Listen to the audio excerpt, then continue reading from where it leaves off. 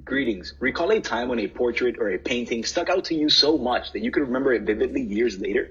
Well, this image showing the difference between a boss and a leader is one that has stayed with me since I first noticed it years ago at my local barbershop, and it has ultimately molded my definition of leadership. Nonetheless, my name is Jose Hernandez Tavares, and today I will be presenting to you my analysis of a leader project. Now, for my leader, I chose to interview Mrs. Juliana Santiago. I met Mrs. Santiago at a career fair that I attended in the spring of 2023, and I have kept in touch with her occasionally. With that said, some of Mrs. Santiago's credentials include an MBA degree from Nova Southeastern University with a concentration in entrepreneurship. Mrs. Santiago is also a CSAM, or a Certified Senior Account Manager, and as you can see here within her expertise, she was recognized as the International CSAM of the Year in 2011. Nonetheless, Mrs. Santiago has worked the last 19 years at SearchMax Inc., which is a firm that specializes in high-level executive search and recruitment. After climbing the proverbial ladder there and placing in the top 1% of recruiters in each of those 19 years, Mrs. Santiago is now a managing partner. Ultimately, Mrs. Santiago's success is one that I aspire to emulate in my own career. And honestly, she is somebody that I admire very much. Thus, I cannot wait to share the contents of our interview with you.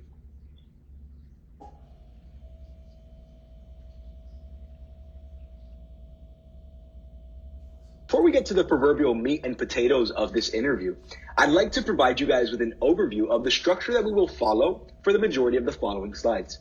First, I will highlight the course content that will be the topic at hand within the slide. Then, I will identify components from the interview that relate to that particular content. After, we'll dive a little deeper to analyze the connection. And finally, I will wrap up each slide by offering an example or an anecdote from the interview that further exemplifies some of those tie-ins. Let's look at aspects of our interview as they relate to the trait approach, which is one rooted in the idea that certain people are born with special traits that just make them great leaders. Let's begin by prescribing some of Stodgill's key traits to Mrs. Santiago. Why not? See, Mrs. Santiago exhibits sociability. And this becomes evident throughout the interview, but more specifically here when she suggests, I believe you need to lead with understanding, with empathy, tact, and direct feedback. See, this demonstrates Mrs. Santiago's keen affinity for interacting and influencing her followers through effective communication. Second, I consider that Mrs. Santiago also exhibits the trait of responsibility and/or accountability. This can be seen when she articulates here, I tell my team to call me out when I am not giving them what they need. I think that this is an effective dynamic that really serves to make Mrs. Santiago a relatable leader who her followers can respect and trust, as she is willing to admit mistakes and accept critical feedback from her own team. Now, Mrs. Santiago does also articulate that not everyone is born to be a leader. This would have her aligning with the great man theorist of the early 20th century. However, she also does mention that because someone is not a natural born leader, that it does not mean that they can't be vital to the organization's success. For this, she refers to Jenny, which is a team member of hers. And Jenny is someone who aims to please as opposed to provide constructive feedback.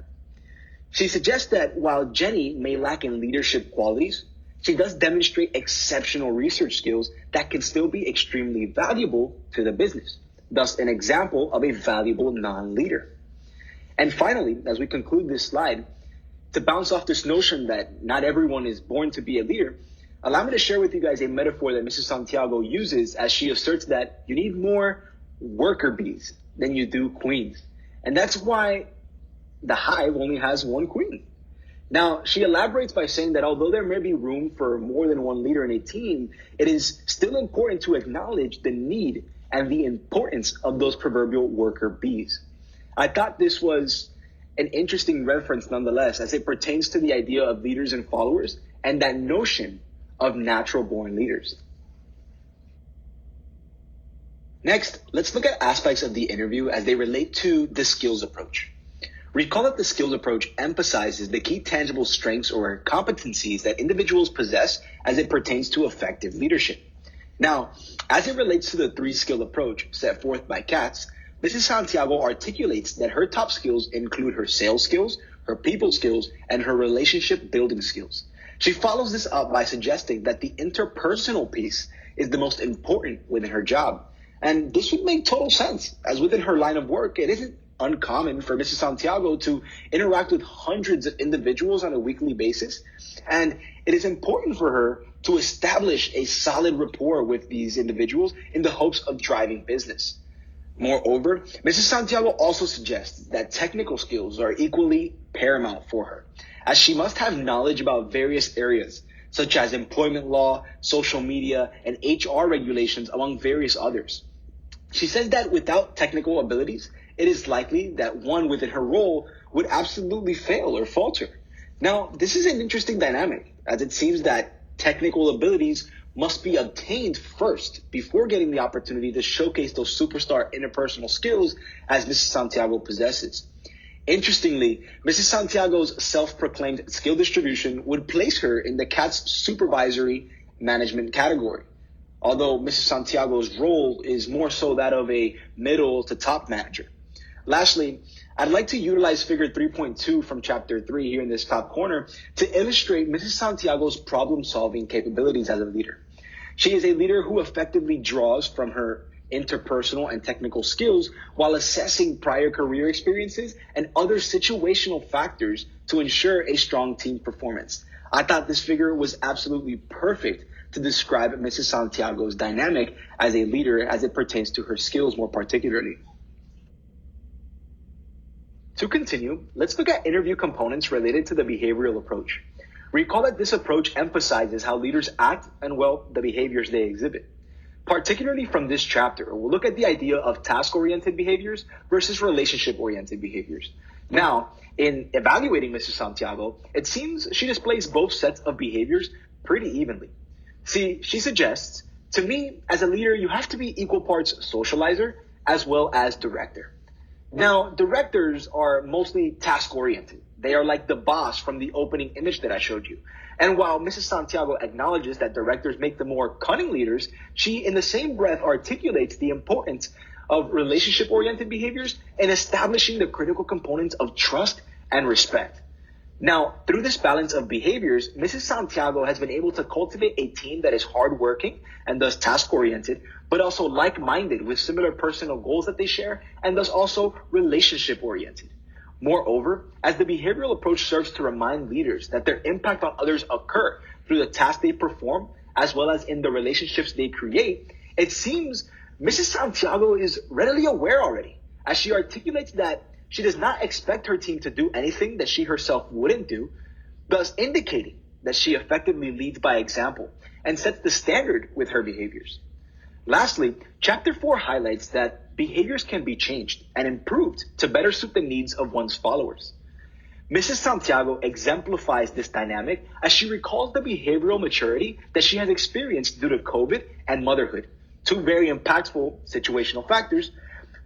See, she emphasizes that COVID made her more task-oriented, as working from home forced her to work in time blocks, as she calls it. And essentially, these time blocks improved her time management and task production. Similarly, she acknowledges that motherhood improved her relationship orientation, as it equipped her with a greater ability to empathize, especially with those team members or coworkers who are also fellow parents. With that said, you can see the butterfly image at the top, which indicates this idea of behavioral maturity. As we continue, let's look at how Mrs. Santiago's responses relate to components of the path goal theory. Recall that the path goal theory serves to explain how leaders motivate followers to be productive and satisfied. Particularly, Mrs. Santiago provides some really good answers as they relate to the leader behaviors that are necessary within the path goal theory to fit the needs of followers. First, Mrs. Santiago indicates her directive leadership by suggesting that her ability to establish structure for her team is what has separated her team from other competing groups. Second, Mrs. Santiago also provides her team members with adequate nurturance, as she makes it a point to show her more green team members what they are good at and thus encourages them by pointing out their strengths. Third, Mrs. Santiago offers her followers involvement opportunities, as they are allowed to confront and converse with her about anything. She allows her employees to manage her back, and thus satisfying the need for control and autonomy that some of them may have. Lastly, Mrs. Santiago is adamant about the importance of challenging one's followers. She suggests that those who aren't challenged become bored, and those who are bored simply find new jobs. Thus, Mrs. Santiago aims to heavily challenge her team members by setting high expectations, accompanied by lucrative rewards. Moreover, the path goal theory is more than anything about a leader's ability to remove obstacles for their followers, as they effectively aim to achieve their goals, of course. Related to this is the idea that Mrs. Santiago uses an open forum method to help solve issues followers may have. She suggests that she insists on Wednesday meetings that everyone bring up one problem or obstacle that they are currently facing. This allows the group to brainstorm for solutions together.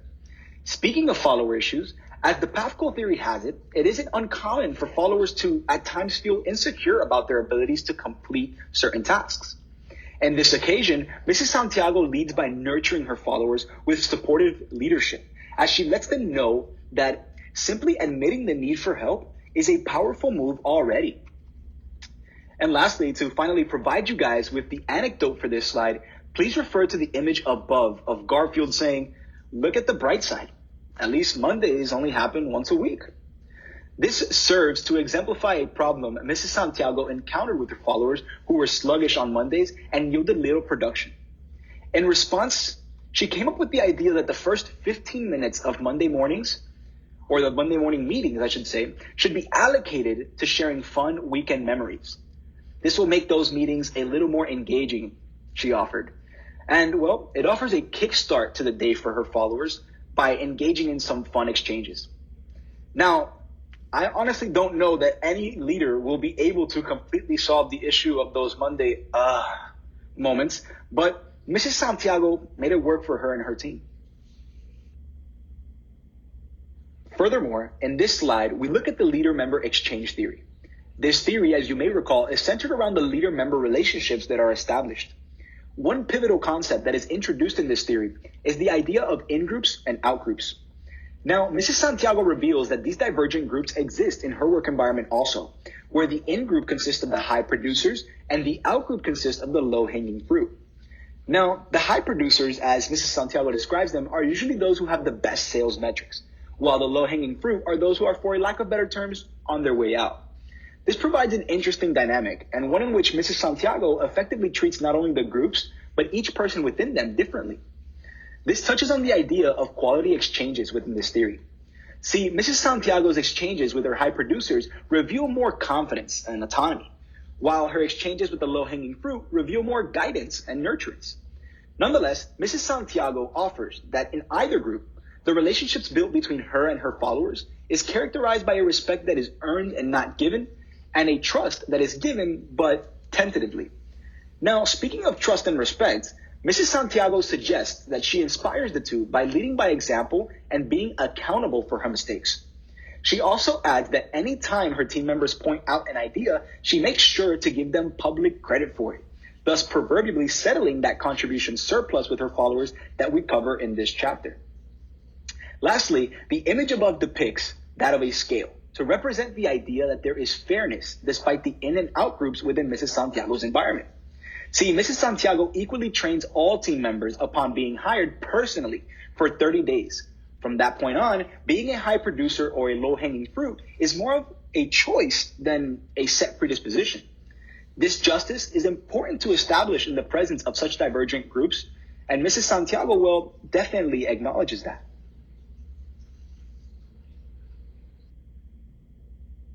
Moving forward, we will now discuss the concept of transformational leadership, an approach that emphasizes that leaders need to understand and adapt in reference to the needs and motives of their followers. This approach also examines a leader's ability to motivate and inspire their followers. Speaking of inspiring and empowering, Mrs. Santiago demonstrates her transformational capabilities by proverbially fighting for the recognition of her top-performing groups and/or team members. By doing this, she, in her criteria, is empowering her followers to reach higher levels of success. Moreover, Mrs. Santiago, as a transformational leader, aims to cater to the needs and motives of her followers. This is especially true when change is on the horizon for Mrs. Santiago and her team, as she aims to make change an exciting avenue or an exciting occurrence for her followers, especially when that change is perceived to be dreadful. Lastly, Mrs. Santiago's charismatic leadership has been effective in creating and establishing a strong organizational culture built on high production, elite results, and adequate incentives and compensation. Now, while this sort of motivation is certainly extrinsic, Mrs. Santiago indicates that her and her team are only concerned about the funds so that they can better the lives of their own families. Now, Mrs. Santiago and her team also take a lot of pride in giving their candidates their own life-changing opportunities. These motivations take the form of more intrinsic ones, as characteristically cultivated by a transformational leader. Finally, as we refer to the anecdote related to this slide, Mrs. Santiago told me the story that once COVID seized back down and the CEO began requiring everyone to come to the office, her followers or team members were very resistant as they preferred to work from home. Mrs. Santiago's brilliant idea to convince her followers to come to the office was that no one had to come in business formal clothes any longer, but instead could show up in casual clothes like they would wear at home. She was able to get through to her team members by adapting to their needs. Mrs. Santiago also shares that the CEO now comes to work in golf shorts and flip-flops. I mean, getting your boss to ditch his suit and tie for golf shorts and sandals? Now that's transformational. Let's continue with the idea of authentic leadership. See, this form of leadership, as highlighted in Chapter 9, is one that advocates for transparency, moral groundedness, and responsiveness to people's needs and values. Now, Mrs. Santiago embodies this idea of authenticity as she is unapologetically herself. She strongly believes that being consistently oneself will draw responsiveness from one's followers. Now, Mrs. Santiago displays upper echelon transparency with her followers, as she doesn't shut her door and doesn't actually have her own office, but instead decides to be in the proverbial trenches alongside her followers. This surely evokes a perceived trustworthiness from her followers. This authenticity surely also helps inspire confidence, hope, optimism, and resilience from Mrs. Santiago's followers, which would explain their proactive nature. Moreover, Mrs. Santiago also asserts that each of her core team members have been with her for what is now 18 years and counting. This gives off the notion that authenticity fosters loyalty. Lastly, Mrs. Santiago is adamant that she leads with a moral compass. This strong morality is unforgiving, specifically for clients who do wrong by Mrs. Santiago and her team. This sense of morality is something that permeates throughout the team and the organization.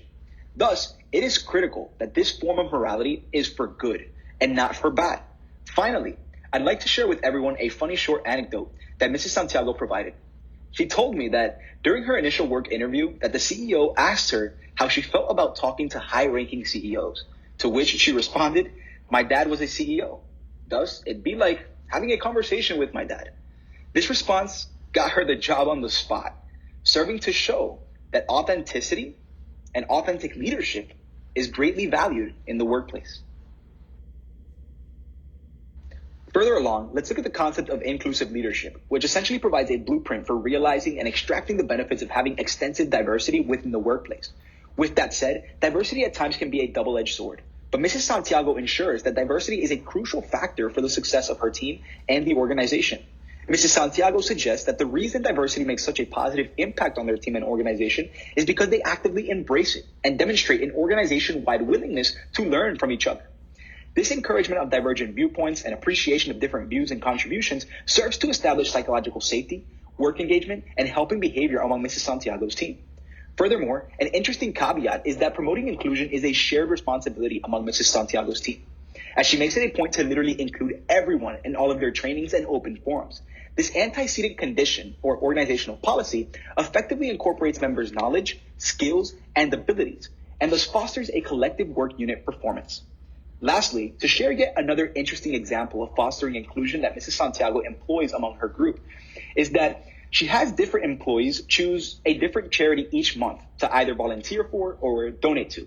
This policy surely evokes positive emotional states, group-enhancing behaviors, and improved team performance as the inclusive leadership model inferences or aims for.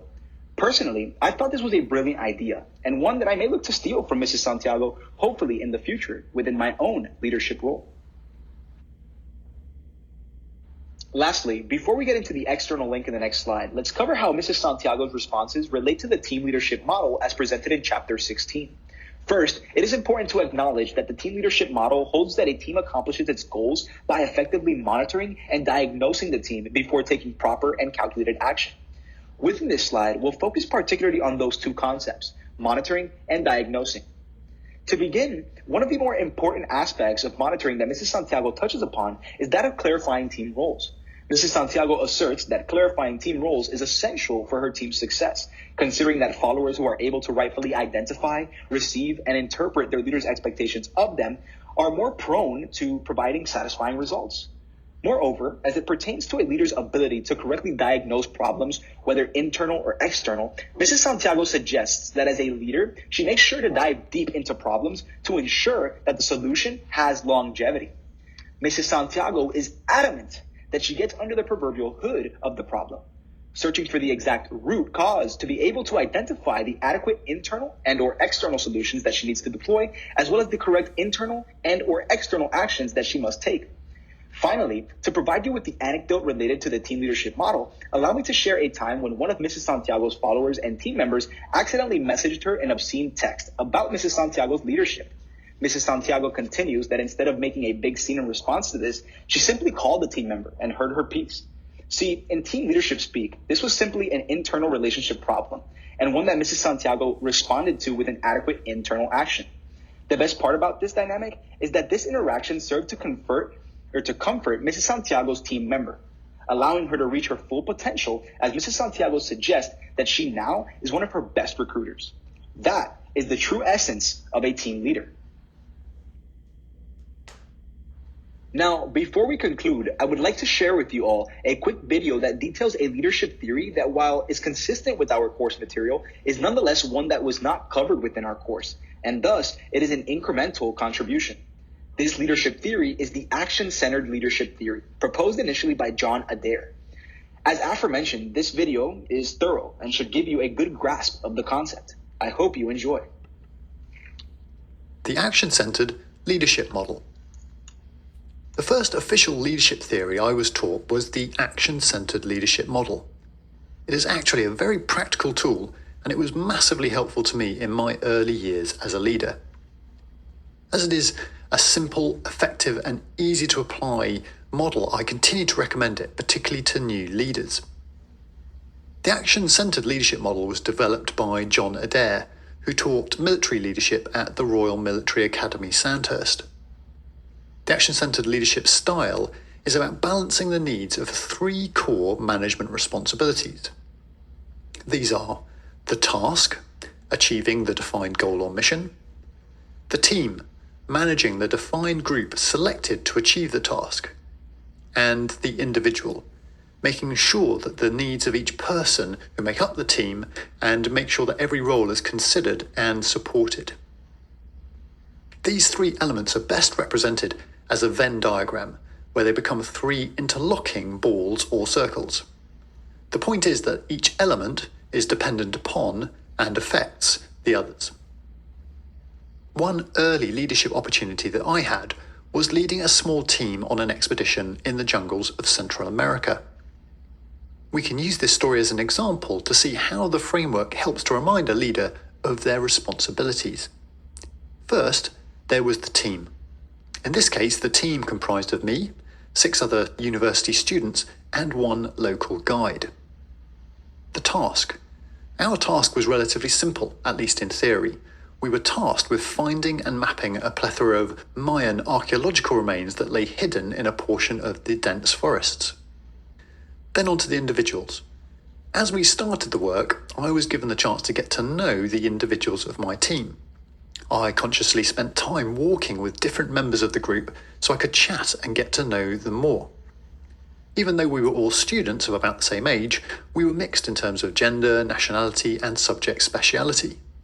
Getting to know them meant I could tailor how I developed, tasked, and supported team members based on their confidence and abilities. So the 3 management functions gave a good foundation for leading and developing my team. But in addition, there was a useful mnemonic, also devised by John Adair, that helped to remind me of what I needed to do each day as a leader. I remembered these core functions with the help of an acronym, PIXIE. PIXIE stands for Plan, Initiate, Control, Support, Inform, and Evaluate. Using this framework, my days would go something like this. Plan. I would get up at dawn and start the fire ready for breakfast. As I did this, I would make a plan.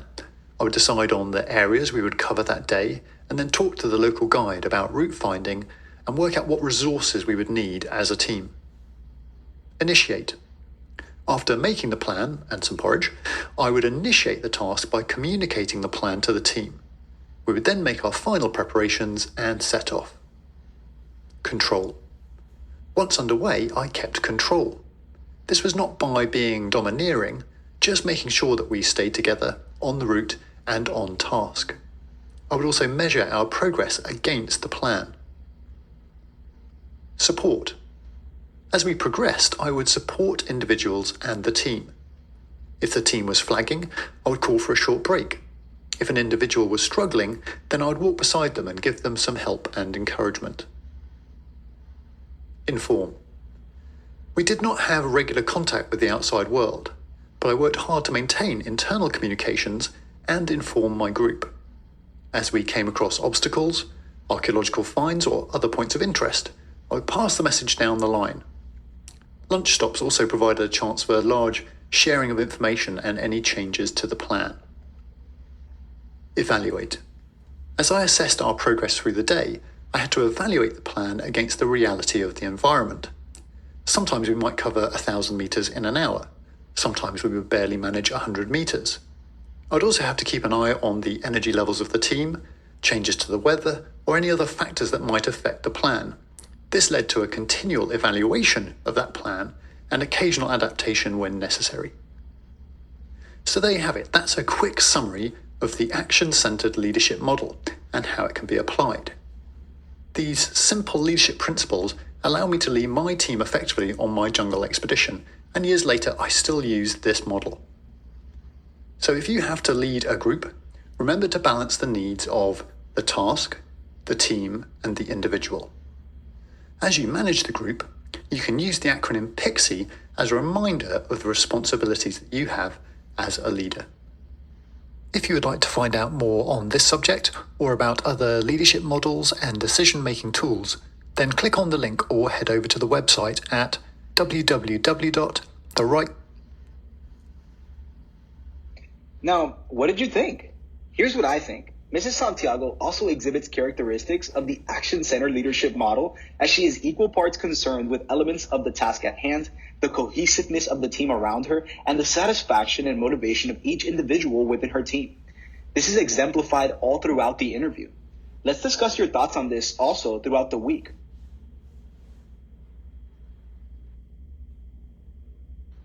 In conclusion, Mrs. Juliana Santiago is an exceptional leader. I mean, it is not by accident that she has reached the remarkable feats that she has as a recruiter, CSAM, and now a managing partner. Now, you may be asking, why is there a couple of puzzle pieces in the middle of the slide? Well, this is because I consider Mrs. Santiago to be the complete proverbial puzzle when it comes to being a leader, as she exhibits positive components as they pertain to all the leadership theories that we covered in our course.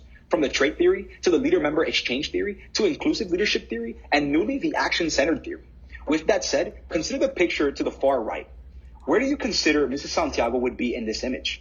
To me, she would be that determined leader up front leading a relentless charge. Nonetheless, thank you, Mrs. Santiago, for your time, and thank you, Dr. Castro, for facilitating such a fruitful assignment. I look forward to discussing this analysis with you all this upcoming week.